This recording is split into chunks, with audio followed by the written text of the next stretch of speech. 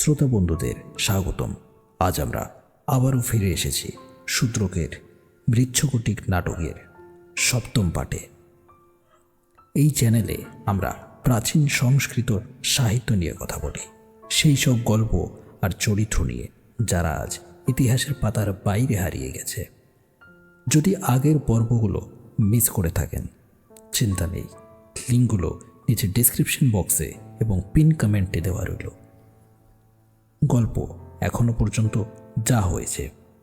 রাজার শ্যালক সরকারের হাত থেকে পালিয়ে শরৎসবের রাতে বসন্তের সেনা আশ্রয় নেয় চারু দত্তের বাড়িতে, আর সেখানে নিজের গয়না গচ্ছিত রেখে যায়।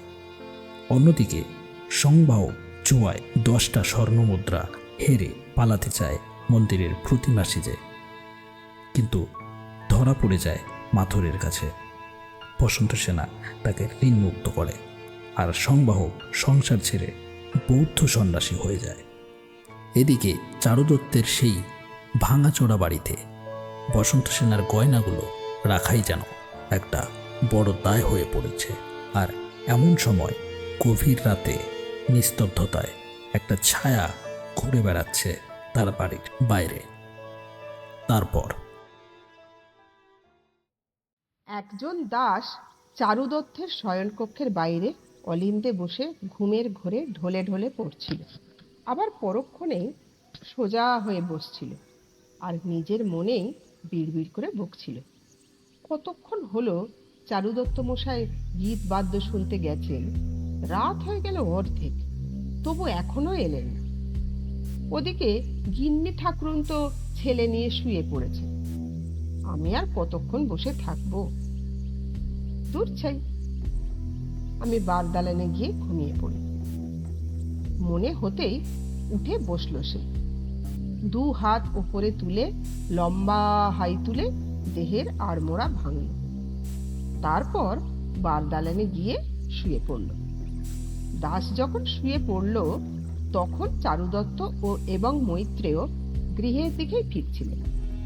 চারুদত্ত প্রায় আত্মমগ্ন স্বরে বলছিলেন সখা মৈত্রেয়, আহা আহা, রেভিল কি চমৎকার গান গাইলে, আর তার বীণ বাদ্য, আহা, প্রেমিকের প্রেমানল আরো উদ্দীপন করে।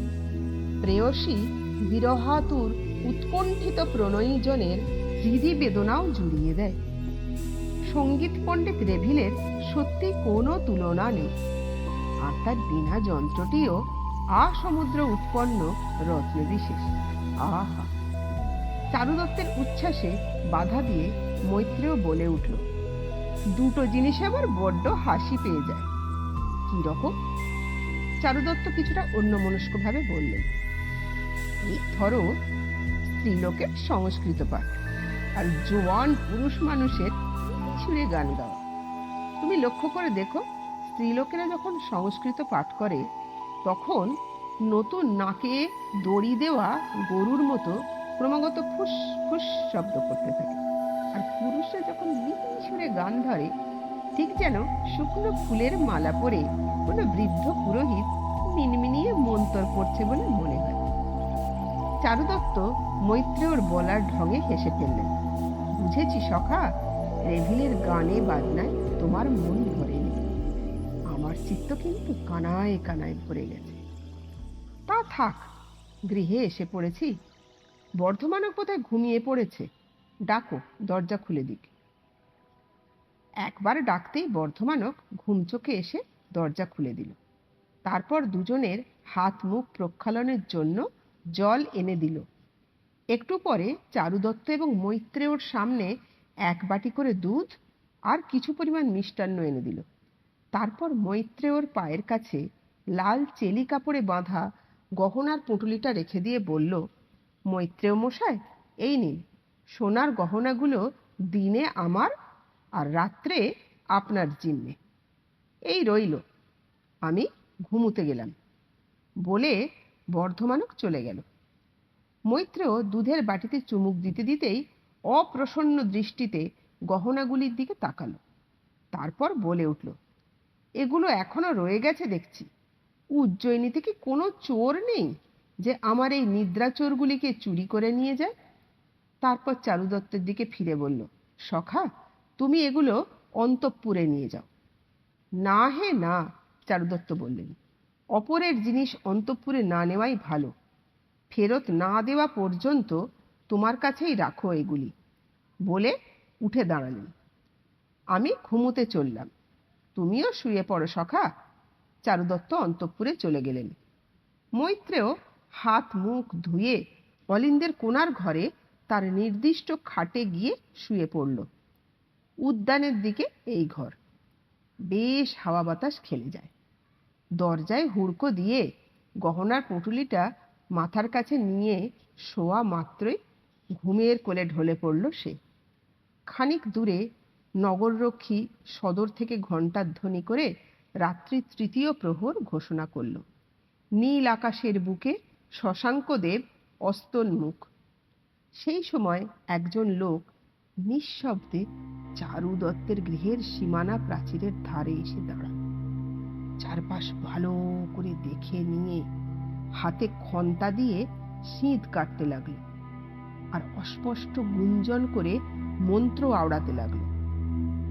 মানুষ গলে যাবার মতো সিঁধ কাটা হতেই শুয়ে পড়ে উদ্যানের ভেতর ঢুকে পড়ল সে। আবার চারপাশ ভালো করে দেখে নিল। তারপর সতর্ক পদসঞ্চারে ঘরের বাইরের দেওয়ালের কাছে এসে দাঁড়াল। তারপর অন্ধকারেই দেওয়াল হাতড়ে মনে মনে খুশি হয়ে উঠল। ক্রমে চোখ সয়ে গেল।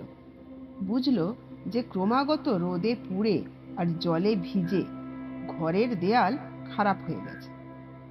লোনা ধরেছে, ইঁদুরেও মাটি তুলেছে। মনে মনেই বলল সে, ভেলা মোর বাপ, এইবারেই কার্যসিদ্ধি। কুমার কার্তিকেও শিষ্য চোরদের এইবারই কার্যসিদ্ধি। এখন কি রকম সিঁধ কাটা যায়? কার্তিক ঠাকুর তো সিঁধ কাটার 4 রকম উপায় দেখিয়ে দিয়েছে।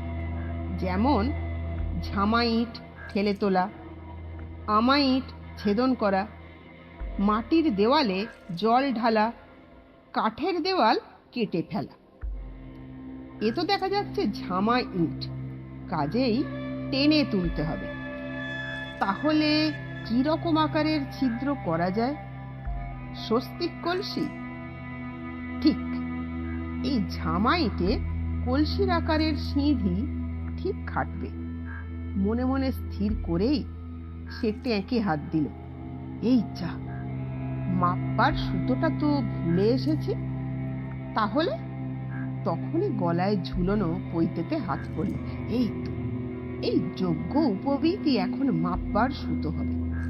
যজ্ঞ উপবীত ব্রাহ্মণের অনেক কাজে লাগে, বিশেষত আমার মতো ব্রাহ্মণের, বলে নিজের মনেই হাসল সে। তারপর মাপ যোগ করে কাজে লেগে গেল। ক্রমে ক্রমে দেয়ালে কলসির আকারে ছিদ্র হয়ে গেল। এবার তবে ঢোকা যাক। তার আগে পরীক্ষা করা দরকার। ঘরে যদি কেউ জেগে থাকে, লাঠির মাথায় ন্যাকড়ার তৈরি একটা মানুষের মাথা আগে ঘরে ঢুকিয়ে দিল সে। কোনো সাড়া শব্দ নেই। তখন সাহস করে নিজের মাথাটা ঢুকিয়ে দিল। তারপর দেহ। একজন অকাতরে ঘুমোচ্ছে। ঘরের চারপাশ দেখে নিয়ে মনে মনে বলল, দরজাটা খুলে রাখা যাক, বেগতিক দেখলে পালাতে তো হবে। এগিয়ে গিয়ে দরজার হুড়কো খুলে বাইরে গিয়ে সদর দরজাটাও খুলে দিল। তারপর ফিরে এলো ঘরে। তারপর ঘুমন্ত লোকটাকে নানাভাবে পরীক্ষা করলো। না, সত্যি ঘুমোচ্ছে লোকটা, কিন্তু ঘরে তো কিছুই পাওয়া যাচ্ছে না। এত বড় বাড়ির লোকেদের এমন হতদরিদ্র অবস্থা ভাবা যায় না। কেবল মৃদঙ্গ, দোর্দুর, ভেরি, বীণা, বাঁশি আর কিছু পুস্তক। কোনো নাট্যাচার্যের বাড়ি নাকি? নাকি টাকা কড়ি সব রাজার ভয়ে বা চোরের ভয়ে মাটির ভেতর পুঁতে রেখেছে? আমি সর্বিলক শর্মা, মাটিতে পোঁতা ধন সেও তো আমারই। বীজ ফেলে দেখি তো। কোমরের গেঁজে থেকে কিছু বীজ ফেলে পরীক্ষা করল। না, বীজ পড়ে তো ফুলে উঠল না। তবে তো দেখছি লোকটা নিতান্তই দরিদ্র। না, পরিশ্রমটাই মাটি।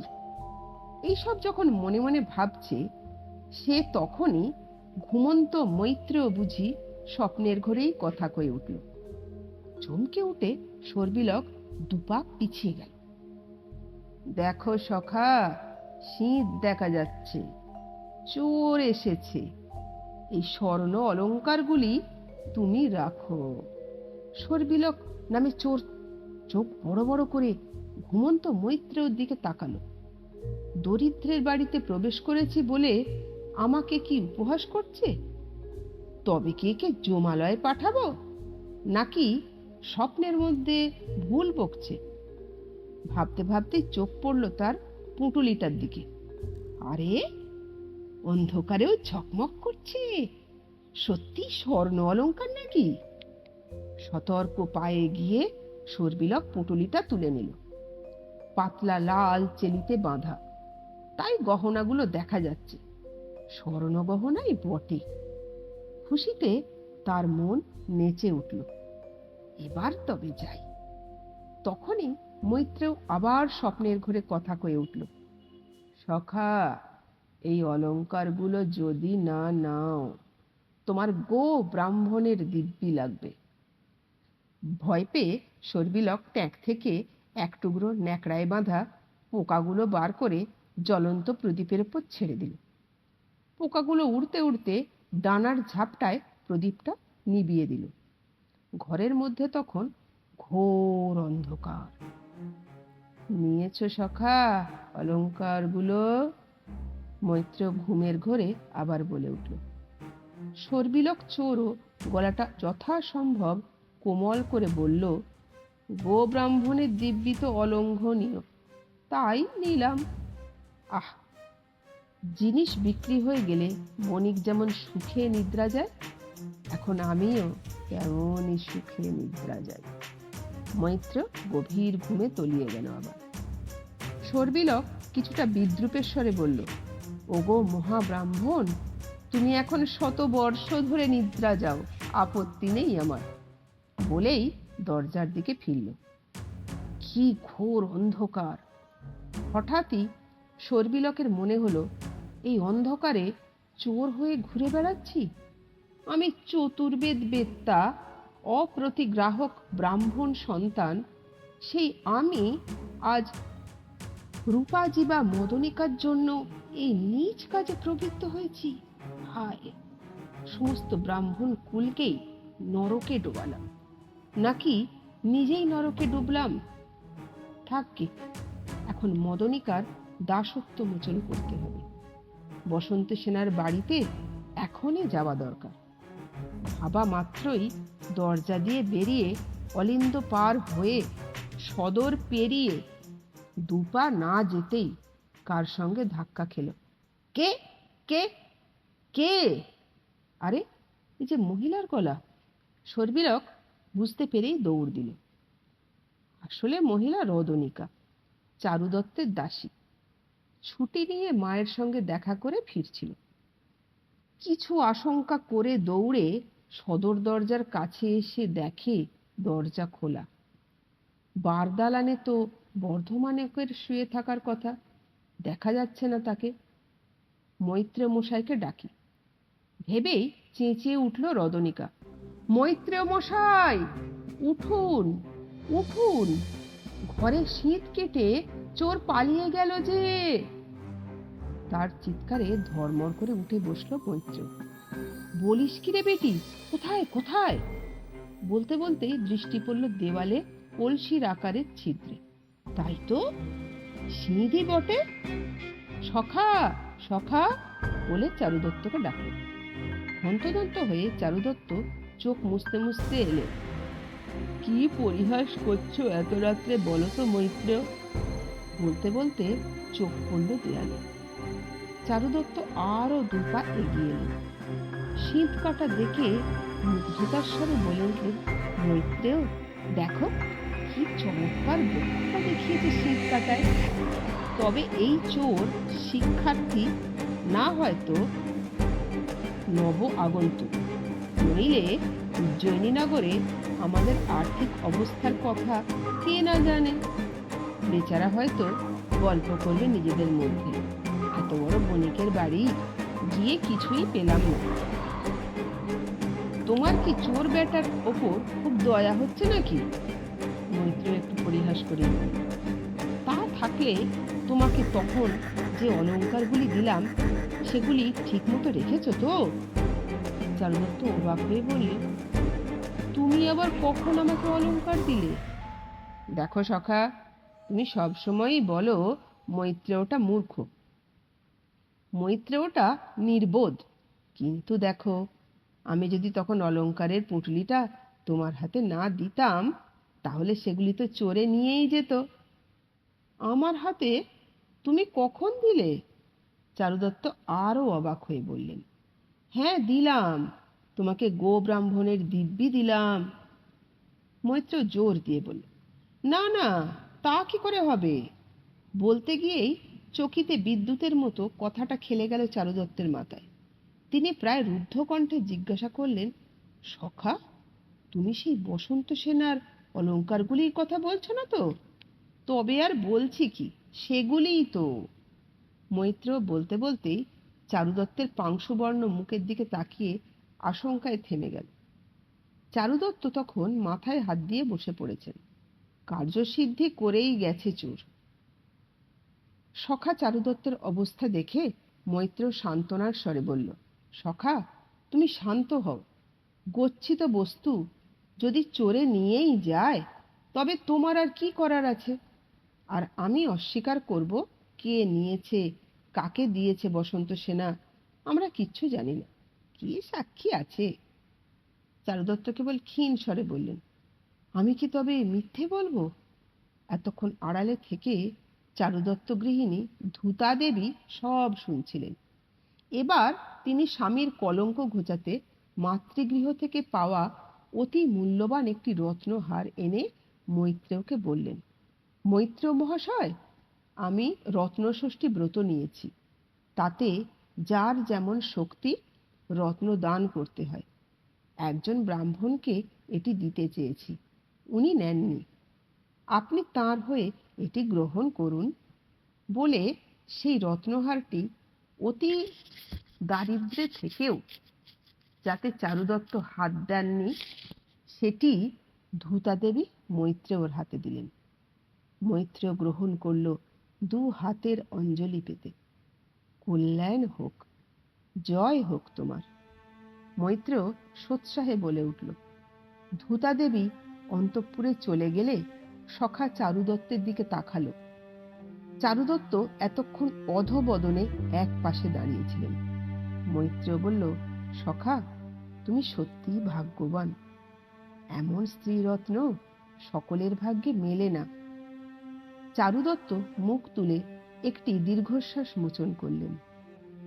তারপর গম্ভীর স্বরে বললেন, মৈত্রেয়, এইবার তবে যাও। এই রত্নমালাটি নিয়ে বসন্ত সেনাকে গিয়ে বলো যে তোমার সেই স্বর্ণ অলংকারগুলি নিজের মনে করে আমি দ্রুত ক্রীড়ায় হারিয়েছি।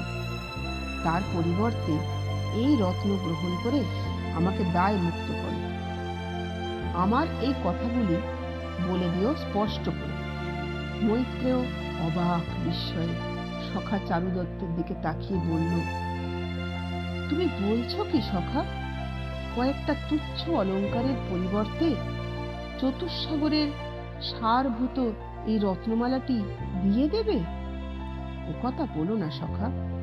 চারুদত্ত দৃঢ় স্বরে বললেন, বিশ্বাস করে অলংকারগুলি আমার কাছে সে রেখেছিল। আমি সেই বিশ্বাসের ধার শোধ করছি মাত্র। মৈত্রেয় আর কোনো কথাই বলতে পারল না। মাথা নিচু করে ধীরে ধীরে নিষ্ক্রান্ত হয়ে গেল। নিজের ঘরে বসেই বসন্ত সেনা আর মদনিকা কথা বলছিল। মদনিকা তো কেবল দাসী নয়, সখীও বটে বসন্ত সেনা। চারুদত্ত মশাইয়ের একটি চিত্রফলক বসন্ত সেনার সামনে। সেদিকে তাকিয়েই ও বলল, মদনিকা, চিত্রটা ঠিক দত্তমশাইয়েরই মতন হয়েছে? একদম ঠিক হয়েছে, মদনিকা বলল। ঠিক হয়েছে? কি করে জানলি? তুই তো দত্তমশাইকে তেমন ভাবে কখনো দেখিসনি। বসন্ত সেনা রাগের ভান করে বলল। মদনিকাও তো তার সখীকে চেনে। সে হেসে ফেলল, তারপর ভ্রু ভঙ্গি করে বলল, ঠাকরুন এক দৃষ্টে তাকিয়ে দেখছেন, দু চোখ থেকে ভালোবাসা ঝরে পড়ছে। কাজেই আহা, আমাদের আবার ভালোবাসা কি না? বসন্ত সেনা মদনিকার গায়ে ঠোনা মেরে হাসল। মদনিকা কিন্তু অত সহজে রসিকতাটুকু মেনে নিতে পারল না। তার মানসপটে সর্বিলকের মুগ্ধ মুখচ্ছবি ভেসে উঠল। চেষ্টা সত্ত্বেও গলার স্বরে গাঢ়তা এসে গেলই। কেন ঠাকুর, আমাদের মতো যারা, তাদের কি সব সময়ই কপট ভালোবাসা? বসন্ত সেনা অত শত না বুঝে হালকা ভাবেই বলল, ওলো মদনীকে, জানিস তো আমাদের নানা পুরুষের সংসর্গ করতে হয়, তাদের কপট ভালোবাসাও দেখাতে হয়। এই সময় একজন দাসী এসে বলল, মা ঠাকরুন আজ্ঞা করছেন যে খিড়কির দরজায় গাড়ি এসেছে, আপনি ঘোমটা দিয়ে সেখানে যান। কথাগুলি শুনেই উৎফুল্ল হয়ে বসন্ত সেনা উঠে দাঁড়ালো। তবে কি চারু দত্তমশাই গাড়ি পাঠিয়েছেন আমাকে নিয়ে যাবার জন্য? দাসী সোজা উত্তরটা এড়িয়ে গিয়ে বলল, ঠাকরুন, গাড়িতে 10 সহস্র সুবর্ণ মূল্যের অলংকারও পাঠিয়েছেন তিনি। কার কথা বলছিস তুই? কে পাঠিয়েছে? বসন্ত সেনার কথার ধমকে একটু ইতস্তত করে দাসী বলল, আজ্ঞে, রাজার শালা, সংস্থানক। শুনেই ক্রোধে আর রক্তিম হয়ে গেল বসন্ত সেনা। দাসীকেই ভর্ৎসনা করে বলল, দূর হ তুই, আমার সামনে ওই নাম আর উচ্চারণ করবি না, যা। বসন্ত সেনার রাগ দেখে দাসী স্তিমিত স্বরে বলল, মা ঠাকুরনকে তাহলে কি বলবো বলুন? বলবি আমি বেঁচে থাকি এই যদি তার মনে থাকে, তাহলে মা যেন আর কখনো এমন কথা আমাকে বলে না পাঠান। বলে প্রচণ্ড ভাবাবেগে উদ্বেলিত বসন্ত সেনা বেতসপত্রের মতো কাঁপতে কাঁপতে মদনিকাকে বলে, দেখ, এই চিত্রফলকটা আমার শোবার ঘরে রেখে দিয়ে এক্ষুনি একটা পাখা নিয়ে আয়, আমার ভীষণ শরীর খারাপ বোধ হচ্ছে। মদনিকা তৎক্ষণাৎ চিত্রফলকটা নিয়ে উঠে দাঁড়ায়। আমি এক্ষুনি আসছি ঠাকরুন।